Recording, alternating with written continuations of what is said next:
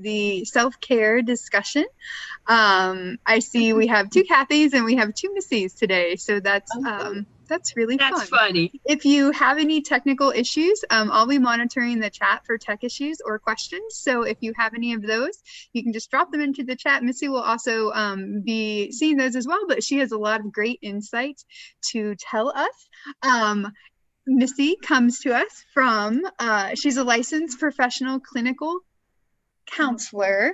I got it. She's 20 plus years in the mental health field, and 16 of those are in crisis care. So I think that there's a lot of insight that we can gain from her. And I'm super excited that she's here to talk to us today about self-care in a season when self-care seems so hard to make time for, and but yet seems so important. And I just wanted to let everybody who's on this know that today you can drop in the chat if you want to, where you would like to pick up your Zen Garden kit if you are interested. And here's sort of what that is. You get your sand and your little pebbles, and then a little succulent and this cute little box that holds your sand.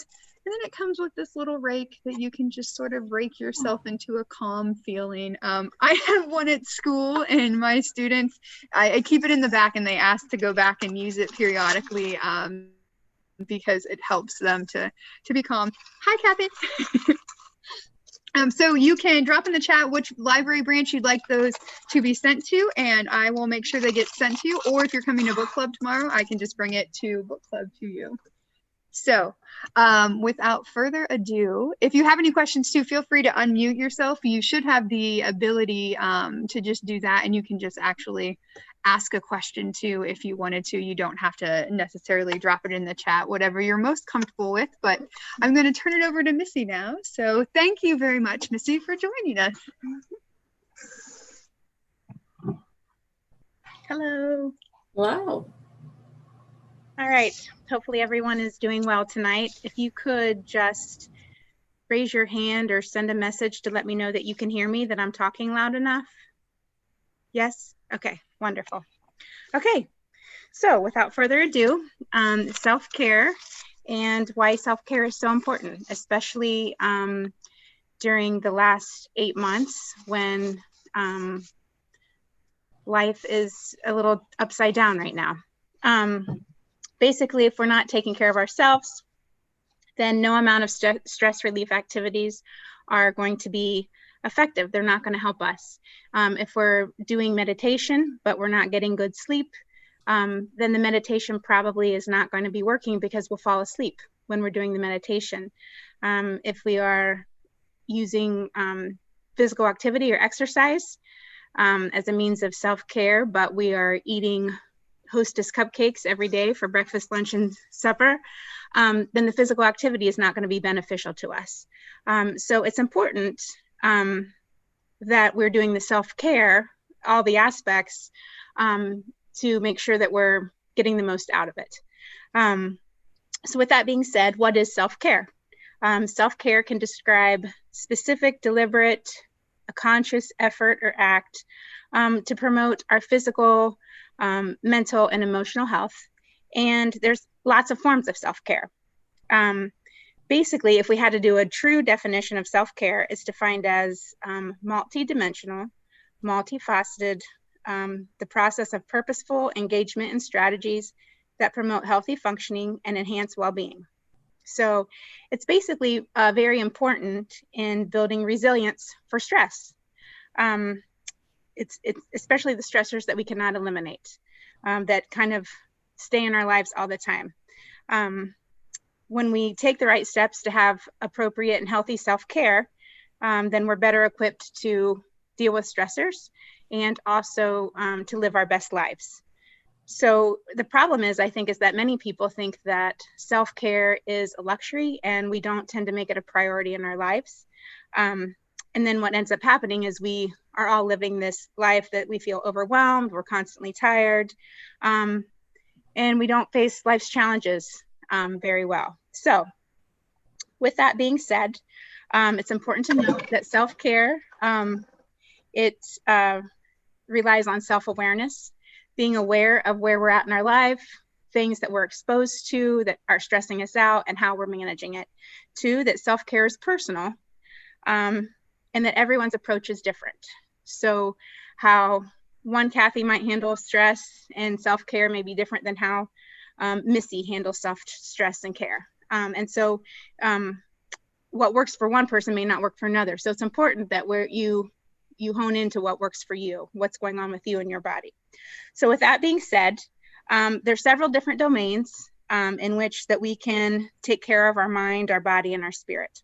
One domain, the first domain that I'm going to touch on, is physical self-care. And that means that we need to take care of our bodies so that they work and run efficiently. There's a strong connection between our mind and our body. So if our body is not working the way it should be, then it's possible that we may not be thinking clearly. Taking care of our body is going to help us how we think and feel, as well. So physical care can include how we fuel the body, how much sleep we're getting, physical activity, and overall just how you're caring for your physical needs.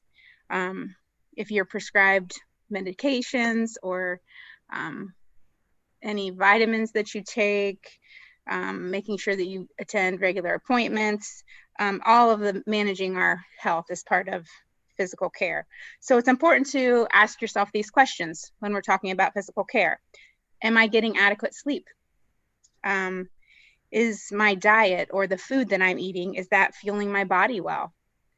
Am I taking charge of my health? Am I being preventative and proactive, or am I constantly just reacting and responding? It's important just to know our limits in regards to physical health, and it's important to know how to slow down, which is hard for many people.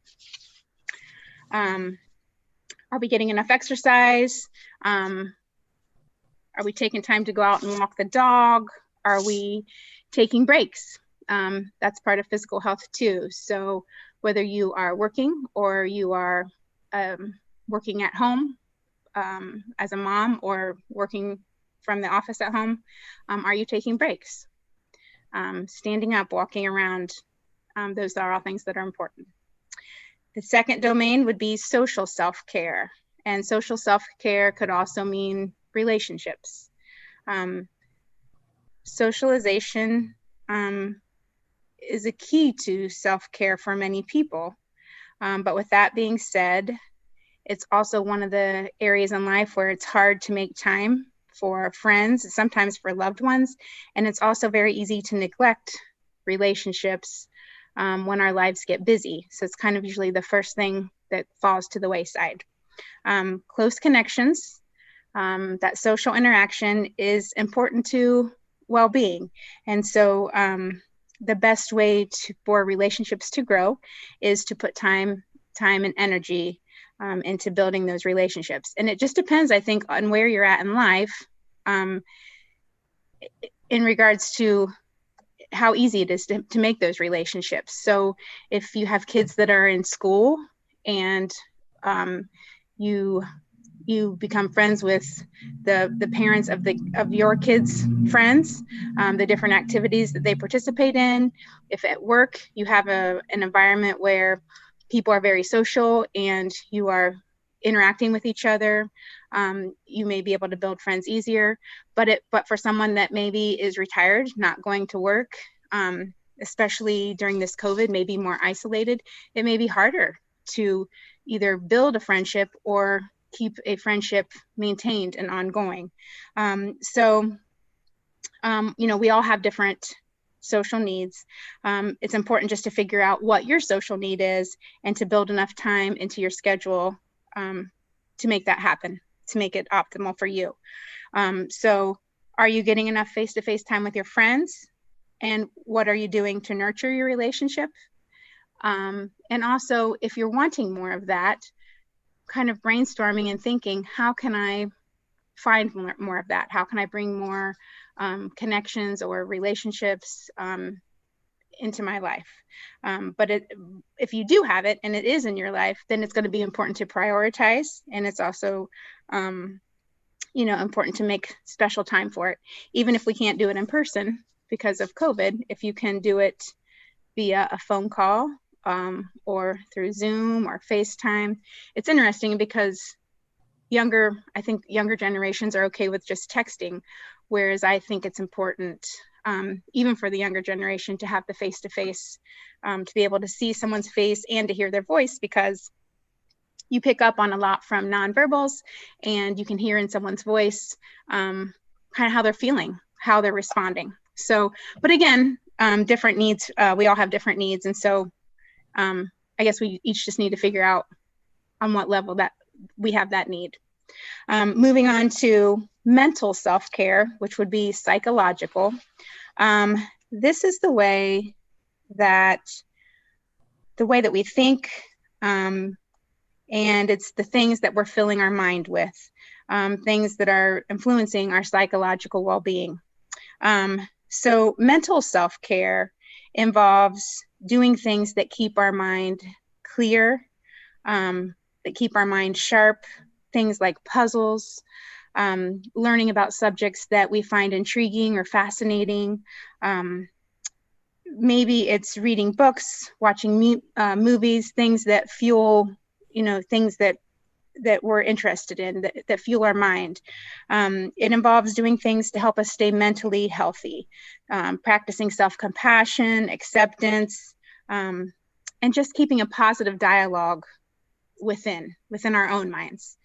So questions to consider when we're looking at mental or psychological self-care are you making enough time for activities that mentally stimulate you? And are you doing proactive things to help you stay mentally healthy? For some people, that, like I said, a non-work hobby, keeping a reflective journal of things that we're interested in, that we're questioning in life, that we want to understand a deeper meaning of, being able to turn off email. So if you leave work, being able to turn off your work email, or maybe limiting news or social media. So that setting limits, I suppose. For me, I had an example of this would be, I had kids that had left home, all went to college, and I needed time that was for me, that I wasn't thinking about my job and helping other people. And I joined the local book club. So forcing myself to take the time to read a book, and Missy might be laughing over here, but to me, it was very meaningful, and it's been powerful in my life because I take the time to read at least one book, and it forces me to, because I would always say, I don't have time to read. I don't have time to read books, but I do have time. I had to prioritize and make the time. And so I'm forced to read one book, and I go to a book club once a month, and I talk about how I feel about that book and how it impacted me, and I get to hear other people's perspective, and it kind of makes me, it puts me in a position to really think about that kind of stuff. And my mind needs that. That's part of my mental self-care that I don't get other places. I need that. And it's also put me in a position where I don't just read one book now. Oddly enough, I have time to read more than one book. Not every month, but but more often than not, I do. So that's one way that I have found to help promote my mental self-care. And like I said at the very beginning, it's different for everyone, but that's just one example. So maybe it's puzzles, maybe it's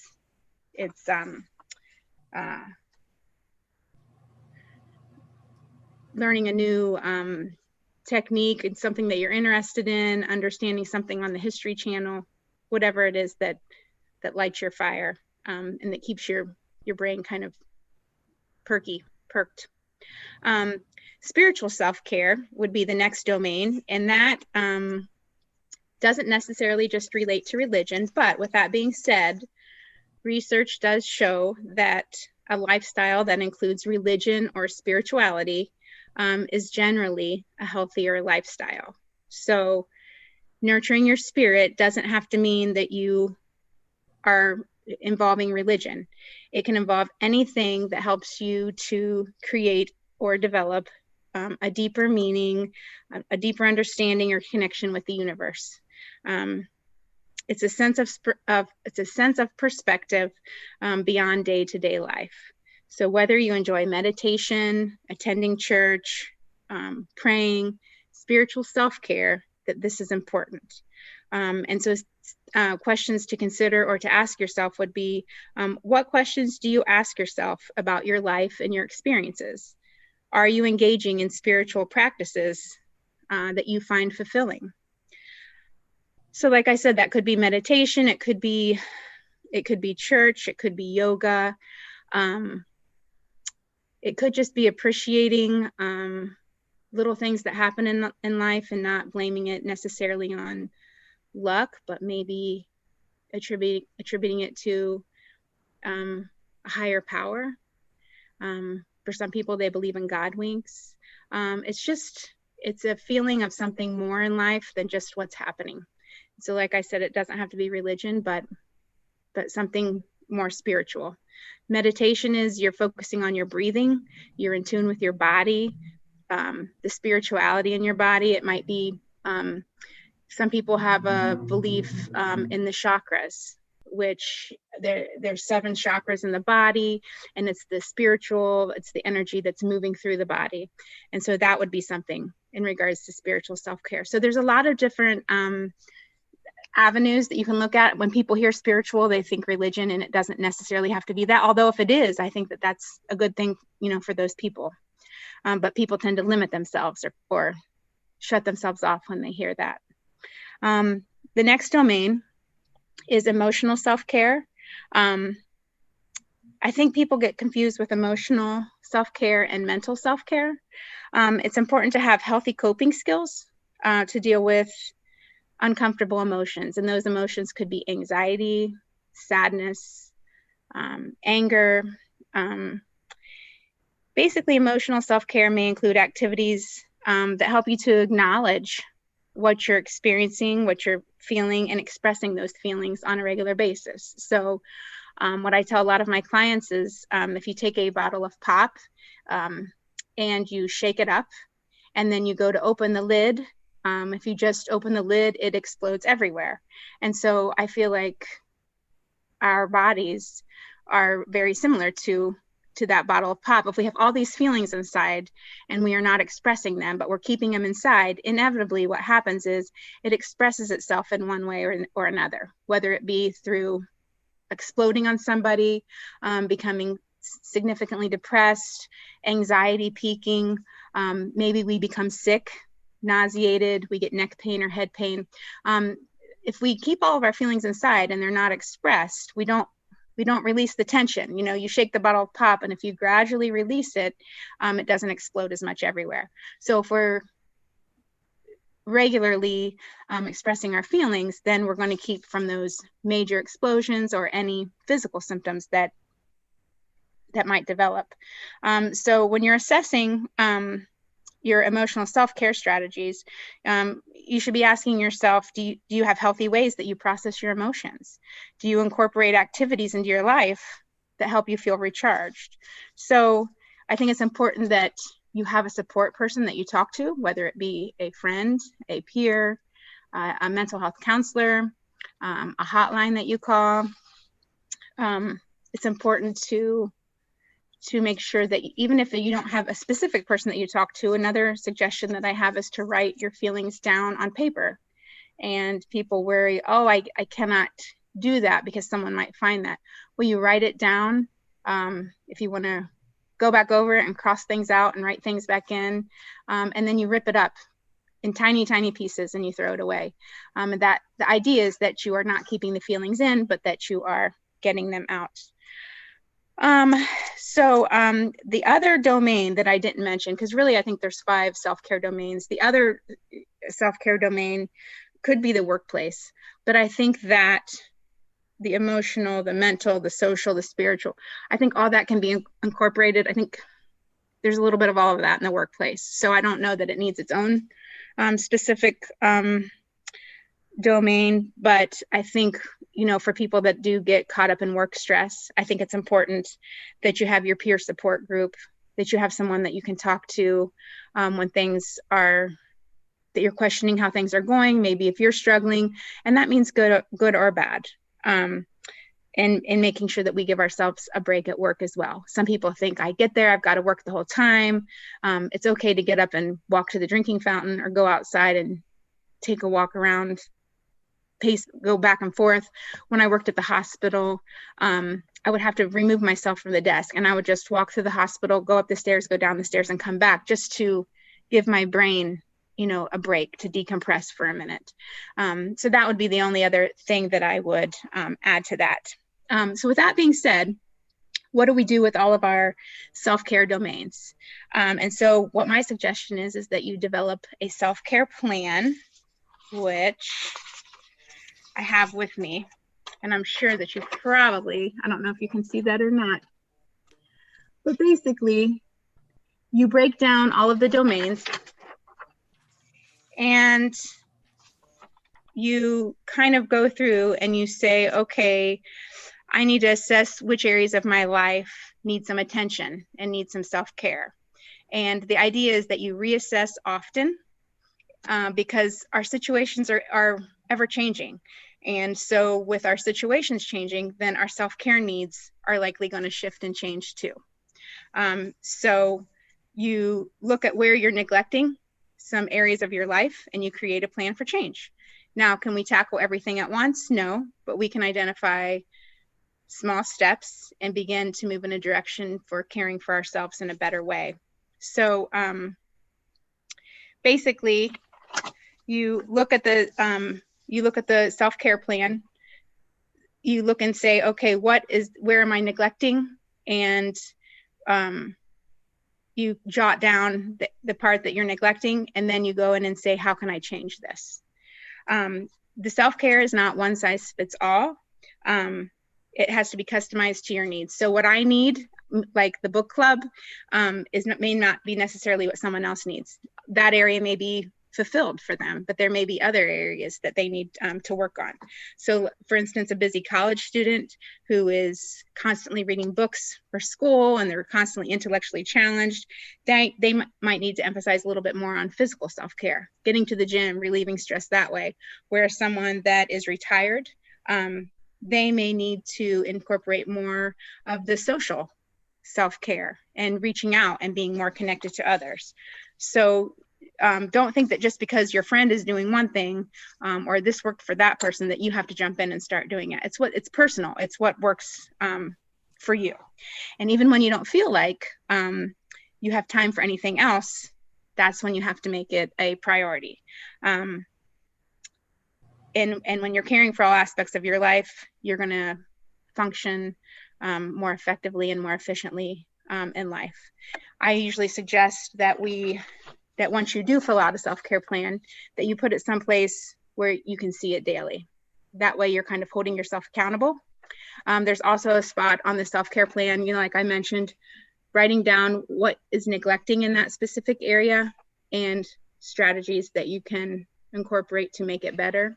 But looking at what might get in the way and what negative strategies do I need to avoid, and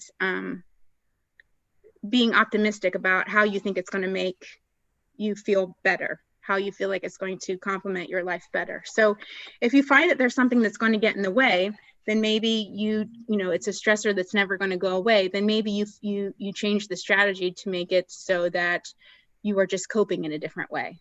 So if you can't change what's happening, you may be able to change how you're dealing with it, your attitude and how you're looking at it.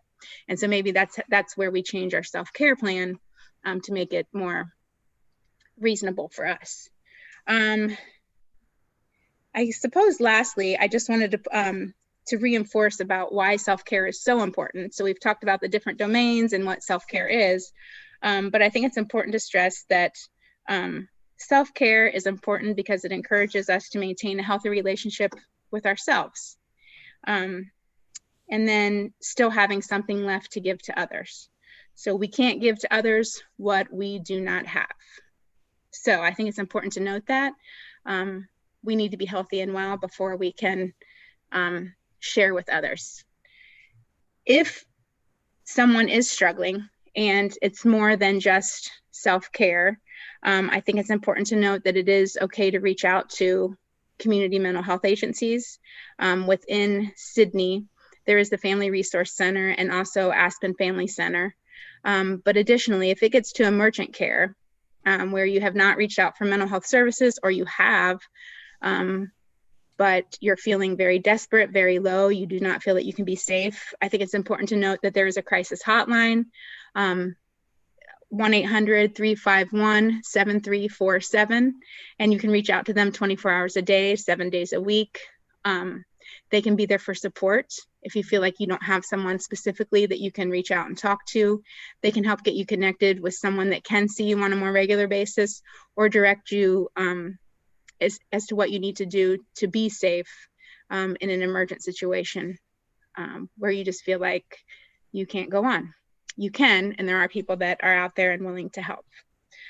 So with that being said, I think that pretty much covers everything in regards to strategies that you would apply for physical, the emotional, the spiritual. I mean, it goes from everything from getting enough sleep to eating healthy to physical fitness to which eating healthy and physical fitness go hand in hand with some immunity, building immunity so we stay healthy and free from sickness, reducing stress, and that means removing stressors if we can, and if we can't, changing how we're looking at those stressors.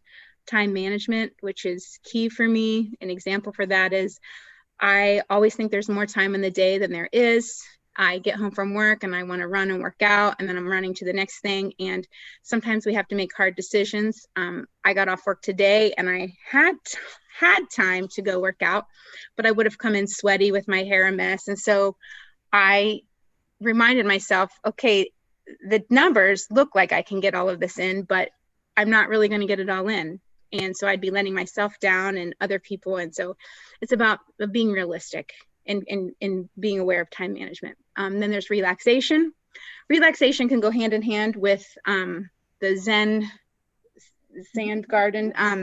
So, you know, for relaxation, you're focusing on something that calms you, whether it be music or a picture, visualizing. And so, you know, like Missy was saying, raking the sand.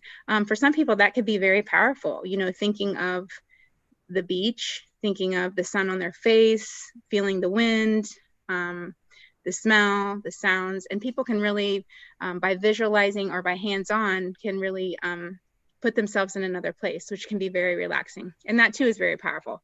Once you learn to do it, you know, just taking 10 minutes to do that, 5 minutes to do that can be helpful. Being mindful, being aware, knowing if you don't feel well, knowing if your neck is tight, if you're starting to get a tension headache. That's me being mindful. My body's telling me that I'm stressed. I need to calm down. I need to slow down. Maybe shortness of breath. If I get anxiety, my chest tightening. What's going on? Taking a step back. Being assertive. Being assertive doesn't mean you're being mean. It means you're expressing, you know, what your needs are in a respectful way, and just overall being good to yourself. So for some people, that might be treating themselves to a coffee once a week, taking a walk, taking a warm bath. So the strategies are going to be different for everyone. The idea is that it's a healthy strategy. So with that being said, it seems like simple things, but sometimes when we're in the heat of life and the mix of the stress, we don't always remember the simple things. And so sometimes we just need someone to remind us and to put things into perspective. And if anyone has any questions, I would be more than happy to answer them. It looks like we're asking for copies of that paper. And yes, I can either make copies for Missy, or I can email those. Them. Okay, yeah. We have their email addresses. Yes. So we can email We can make sure everyone gets that. And like I said, if something doesn't apply to you, you can block that spot out on the self-care plan. But more than anything, it just helps to keep you in check. Because I think it's real easy to say that you're doing something and you compartmentalize, but it's sort of like the grocery list. You go and you have the list in your head, and inevitably you forget something. But if you have the hard copy in front of you, you can check things off as you go. And that's sort of what the the self-care plan, breaking it down on paper, does for you. So anything else? I have a question about being assertive. Okay. That's something that I really struggle with. And so do you have any tips for people who are people pleasers and overachievers? And I would have went for that workout, that run before coming here, because every second needs to be productive. And I don't know how I have that in me, but that's what I have. So do you have any, those are actually probably two very different things, being assertive and then also how to relax in the unbusyness. Right. So I think the assertiveness and being able to say no, I think that's about learning to say no, that it's okay to say no and you don't have to feel guilty for that. And I think that many of us, for a person that's a people pleaser, they don't want to let anyone down. And so they end up essentially letting themselves down because they wear themselves ragged, or they get themselves into a situation doing something that they don't really want to do, but they're doing it to help someone else. So I think it's more about self-talk and telling yourself that it's okay to say no. The brain is very, very powerful. So your body responds to what you're telling your brain.